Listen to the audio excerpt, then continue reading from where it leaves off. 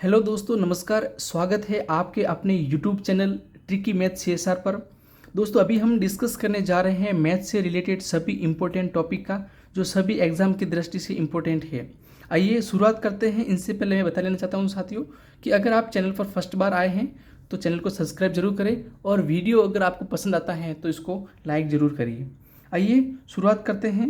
वो कौन कौन से टॉपिक होंगे जो सभी एग्जाम की दृष्टि से इम्पोर्टेंट है। तो पहला अगर हमारा टॉपिक होगा तो वो होगा संख्या पद्धति। वो होगा हमारा संख्या पद्धति।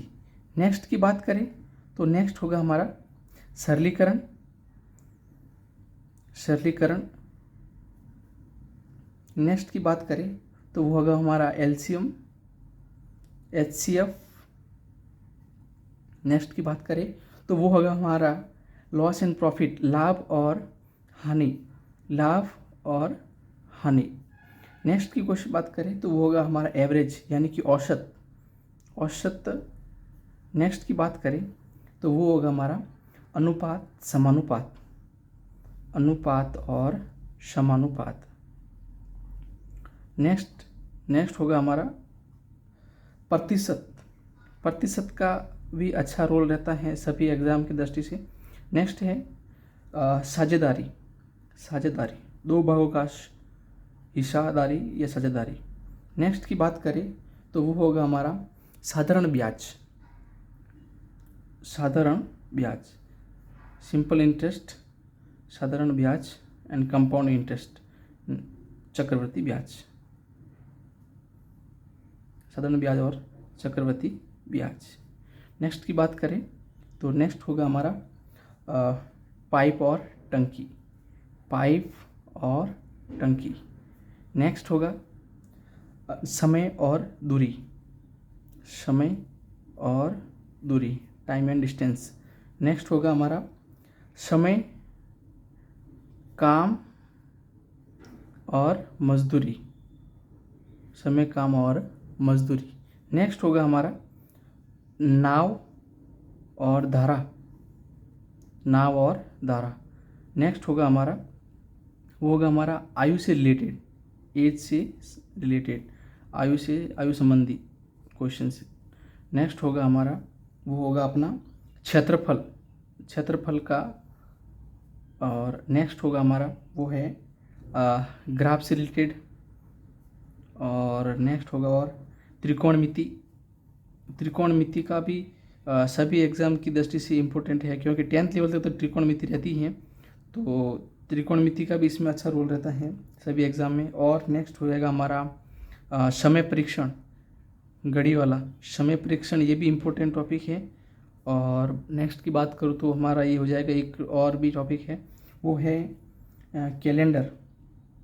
कैलेंडर का भी ये रीजनिंग से भी है और मैथ से भी है, लेकिन इनका भी सभी एग्ज़ाम की दृष्टि से इम्पोर्टेंट रोल रहता है। और रीजनिंग की बात करें तो रीजनिंग में भी हमारा इसमें हो जाएगा, देखो, एक तो कोडिंग डिकोडिंग हो जाएगा, तो कोडिंग हो जाएगा, एक डिकोडिंग हो जाएगा। नेक्स्ट की बात करें तो दिशा, दिशा से रिलेटेड, दिशा से संबंधित है। और हो जाएगा अपना चक्रवृद्धि हो गया, साधारण ब्याज हो गया। अभी देखो संख्या पद्धति, सरलीकरण, एलसीएम एचसीएफ, लाभ हानि, औसत, अनुपात, समानुपात, प्रतिशत, साझेदारी, साधारण ब्याज, चक्रवृद्धि ब्याज, पाइप टंकी, और समय, काम, मजदूरी, समय, दूरी, नावधारा, आयु संबंधी रिलेटेड क्वेश्चन, क्षेत्रफल, और एक आयतन है, एक नेक्स्ट टॉपिक है आयतन। आयतन का भी अच्छा रोल रहता है, आयतन का, ठीक है। और तो लगभग हमारे पास अभी मैथ और रीजनिंग की बात करें तो लगभग 23 से टॉपिक हैं जो सभी एग्जाम की दृष्टि से इंपॉर्टेंट है। इन्हीं में से सभी एग्जाम में क्वेश्चन आते हैं, ज़्यादा नहीं रहता, लगभग ये 10th लेवल से रिलेटेड रहता है। और अभी आने वाले जितने भी एग्जाम हैं, चाहे वो रेलवे ग्रुप डी हो, एनटीपीसी हो, चाहे वो स्टेट लेवल की हो, अपने वनपाल वन रक्षक हो, तो सभी एग्जाम की दृष्टि से इंपॉर्टेंट टॉपिक रहते हैं। अभी हम इस वीडियो में इसी सभी टॉपिक को ही एक एक करके इसका सरलीकरण करने जा रहे हैं। तो पहला हमारा टॉपिक हो जाएगा अपना संख्या पद्धति। संख्या पद्धति को हम टॉपिक को नेक्स्ट करते हैं। आइए दोस्तों, स्वागत करते हैं हम पहली क्लास का। संख्या पद्धति टॉपिक को लेते हुए अभी हम जितने भी जो टॉपिक को बताया है आपको, वो सभी टॉपिक को क्लियर करेंगे। और कंटिन्यू नंबर वाइज टॉपिक लेंगे। तो अभी हमारा पहला टॉपिक हो जाएगा संख्या पद्धति। अभी संख्या पद्धति को टॉपिक को हम शुरू करने से पहले हम संख्या पद्धति के अंतर्गत जो जितने भी सूत्र आते हैं पहले हम उनको देखेंगे, उसके बाद हम क्वेश्चन को कंटिन्यू लेंगे। तो पहला हमारा संख्या पद्धति है। तो संख्या पद्धति के अंतर्गत कौन कौन से वो रहते हैं? तो पहला हमारा है प्राकृत संख्या। प्राकृत संख्या किसे कहते हैं? प्राकृत संख्या जिनको 1 2 3 4 मतलब 1 से शुरुआत होती है, 1 से गणना करते हैं, हम उसमें प्राकृत संख्या बोलते हैं। ठीक है। दूसरा आता है हमारा पूर्ण संख्या। पूर्ण संख्या किसे कहते हैं? तो पूर्ण संख्या उसे कहते हैं जिसके अंतर्गत हम 0 से शुरुआत करते हैं, शून्य से शुरुआत करते हैं। तो 0 1 2 3 4 ये कंटिन्यू चलता है। ठीक है। मतलब 0 से जहाँ से हम 0 से स्टार्टिंग शुरुआत करते हैं उसे हम पूर्ण संख्या बोलते हैं।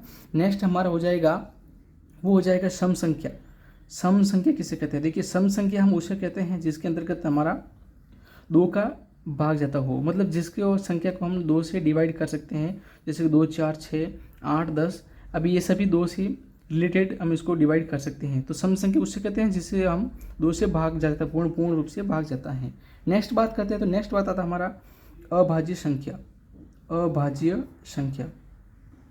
अभाज्य संख्या। अभाज्य संख्या किसे कहते हैं? जिसके अंदर किसी का भाग न जाए, मतलब जो संख्या जिसमें किसी का भाग न जाए उसे हम अभाज्य संख्या बोलते हैं। जैसे कि 2 3 5 7 11 ये सभी ऐसी संख्या हैं जिसके अंदर किसी का भाग नहीं जाए सिवाय इन्हीं की। 2 के अंदर 2 का भाग जाएगा, 3 के अंदर 3 का भाग जाएगा, 5 के अंदर 5 का ही भाग जाएगा। मतलब 5 के अंदर न तो 2 का भाग जाएगा, न 3 का जाएगा, न 4 का जाएगा। जो संख्या स्वयं से डिवाइड हो उसे हम अभाज्य संख्या बोलते हैं। आगे बात करते हैं नेक्स्ट। तो वो हो जाएगा हमारा परिमेय संख्या। परिमेय संख्या। परिमेय संख्या किसे कहते हैं? परिमेय संख्या जो P/Q के रूप में हो, यानी कि 1/5 2/5 ये सभी एक P/Q के रूप में लिखी हुई हो, या फिर रूट के अंदर जिसका भाग पूरा जाता हो। जैसे रूट 4 के अंदर अगर जिसका हम भाग जाते हैं तो उसका 2 का पूर्ण भाग जाता है। रूट 9 जिसका 3। ठीक है। अभी हम नेक्स्ट बात करते हैं। तो वो हो जाएगा हमारा अपरिमेय संख्या।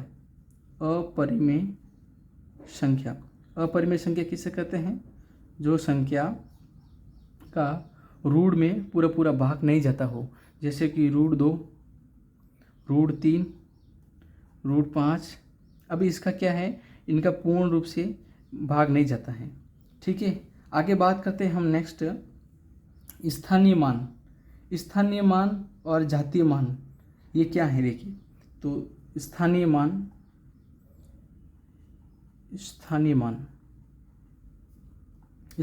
का मतलब होता है साथियों कि अंकों का स्थान बताता है। इसमें माना कि एक संख्या है 4 2 4 6 7।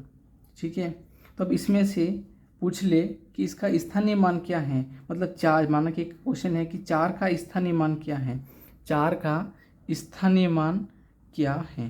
तो 4 का स्थानीय मान होगा इसमें हमारा 1 2 3 बोले तो 400 इनका स्थानीय मान होगा। ठीक है। और जातीय मान की बात करें तो इनका जातीय मान होगा 4 का जातीय मान 4 होगा। और अगर स्थानीय मान की बात करें तो वो हो जाएगा हमारा 400। 6 का स्थानीय मान क्या होगा? तो 6 का स्थानीय मान 60 होगा। 7 का स्थानीय मान 7। और 2 का स्थानीय मान बात करें तो 2 का स्थानीय मान हो जाएगा यहाँ पर 2000। ठीक है। अभी नेक्स्ट बात करते हैं हम। तो हमने स्थानीय मान तक देखा। अभी नेक्स्ट है अपना जातीय मान। जातीय मान क्या होता है? माना कि कोई संख्या है, एग्जाम्पल की दृष्टि से 2 4 6 7। अब इसका अगर बात करें कि 4 का जातीय मान क्या है, तो 4 का जातीय मान 4 ही होगा। मतलब जो संख्या है उसका जातीय मान वही होगा, न कि 400 होगा। ठीक है। नेक्स्ट की अगर बात करते तो देखो संख्या पद्धति के अंतर्गत एक भाजकता के नियम को जानना बहुत जरूरी है। भाजकता का नियम क्या है? भाजकता का नियम देखिए तो वो होगा हमारा, जैसे कि अभी 2 से भाजकता क्या होगी? तो 2 से हो जाएगा हम इकाई अंक जिसमें 0 2 4 6 8 ये हो। ठीक है। ये 2 से भाजकता है। 3 की अगर हम भाज्यता की बात करें तो 3 की भाज्यता कैसे हम निकालेंगे, बड़ी संख्या हो तो हम उसको कैसे निकालेंगे। तो देखो उसका क्या होगा कि जो संख्या दे रखी हैं उनके अंकों का योग है वो 3 के पहाड़े में आना चाहिए, 3 के पहाड़े में आना चाहिए, पहाड़े में आना चाहिए। ठीक है, मतलब जो संख्या है उन सभी का योग कर दो और उसको 3 से पहाड़े में आना चाहिए या 3 से डिवाइड होना चाहिए। ठीक है, नेक्स्ट बात करते हैं हम 4 से। 4 से कैसे भाज्यता ज्ञात किया जा सकता है बड़ी से बड़ी संख्या का। तो उसमें क्या होता है कि जो अंतिम संख्या है उसकी जो अंतिम 2 अंक, संख्या का अंतिम 2 अंक 4 से भाजक हो, 4 से भाज्य हो या जिसमें 4 का भाग जाना चाहिए। ठीक है, अभी इसके हम क्वेश्चन से भी आपको आगे दिखाएंगे किस प्रकार से क्वेश्चन करते हैं सॉल्व। अगर 5 से बात करें तो 5 का भाज्यता का करेंगे तो 5 का हो जाएगा अपने कि किसी भी संख्या का अंतिम अंक में 0 आना चाहिए या 5 आना चाहिए। ठीक है, अगर ये दो ही आ रहे हैं संख्या के अंदर तो वो 5 से भाजक हैं। ठीक है, नेक्स्ट है हमारा 6 से। 6 से किसका भाज्य है, मतलब 6 से किसका भाज्यता है। तो 6 की बात करें तो 2 और 3 से भाज्य होना चाहिए, 2 और 3 से भाज्य होना चाहिए। उसके हम बताएंगे किस प्रकार से 2 और 3 के उसमें भाग जाना चाहिए। कोई भी संख्या है उसके अंदर 2 का भी भाग जाना चाहिए और 3 का भी भाग जाना चाहिए तो वो संख्या 6 से भी भाज्य हो जाती है। नेक्स्ट बात करते हैं हम 7 से। तो 7 का अगर बात करें तो 7 में क्या होता है कि अंतिम को हटाकर, अंतिम संख्या को या अंतिम को हटाकर दुगुना घटाने का क्रम। ठीक है, ये हम पूरा टॉपिक भाई आगे बताएंगे। नेक्स्ट आ रहा है 8 से रिलेटेड। तो 8 का क्या होगा, 8 से हो जाएगा कि अंतिम 3 अंक के अंदर 8 का भाग जाना चाहिए, 3 से 8 से डिवाइड होना चाहिए।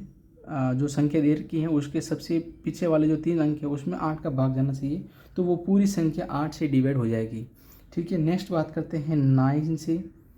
तो 9 का क्या है, 9 का क्या है कि अंकों का योग, जो संख्या दे रखी है उनका क्या करो, योग कर दो, उन सभी संख्या को जोड़ दो और उसके बाद वो संख्या 9 से अगर भाज्य है, उसमें 9 का भाग जा रहा है तो वो पूरी संख्या हो वो पूरा 9 से भाज्य हो जाएगी। नेक्स्ट बात करते हैं 10 से। 10 का क्या हो जाएगा, तो 0 अंतिम अंक हमारा क्या आना चाहिए, 0 आना चाहिए। जहाँ पर जितनी भी बड़ी संख्या हो उसमें अगर अंतिम में 0 आ रहा है, शून्य आ रहा है तो वो संख्या 10 से डिवाइड हो जाएगी, मतलब उसमें 10 का पूरा भाग चला जाएगा। नेक्स्ट बात करते हैं 11 का। तो 11 का क्या हो जाएगा, देखो 11 की बात करें तो 11 की बात करें तो सम और विषम